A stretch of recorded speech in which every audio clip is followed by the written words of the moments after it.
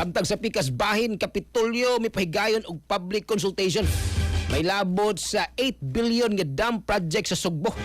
Ato gakuhaon ang detalye pinaagi ni katropang Almi Mata. XFM Report. Yes, sa ginuso sa provincial government sa Sugbo ang usa ka 8 billion pesos nga plano sa pagtukod og dam aron matubag ang nagkagrabe nga problema sa supply sa tubig, pagbaha og traffic sa Metro Cebu. Gipaygayon ng public consultation ni atong Mayo 18 sa Kapitolyo. Din mitambo ang mga opisyal sa Department of Public Works and Highways, mga LGU sa Metro Cebu ug lain-laing ahensya sa gobyerno ug pribadong sektor. Sumala sa DPWH, ang proyekto naglakip sa pagbutang og dam sa 8 ka major river system sa Cebu.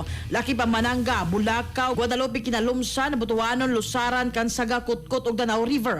Gipatayag ni Governor Pamela Baricuatro nga aduna nay 8 billion pesos nga commitment gikan sa national government alang sa maong proyekto nga tumo nga makapaminos sa baha ug makasulbad sa water supply crisis.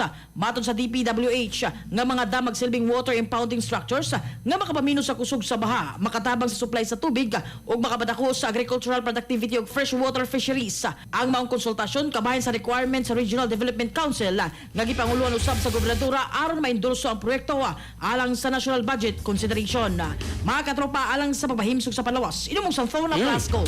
Alang sa nagkahiusang Pilipino para sa Pilipinas, kininyong katropa, Almi Mata, XFM News. XFM Report. Cellphone Plus Gold, mapalit sa mga butika sa inyong lugar.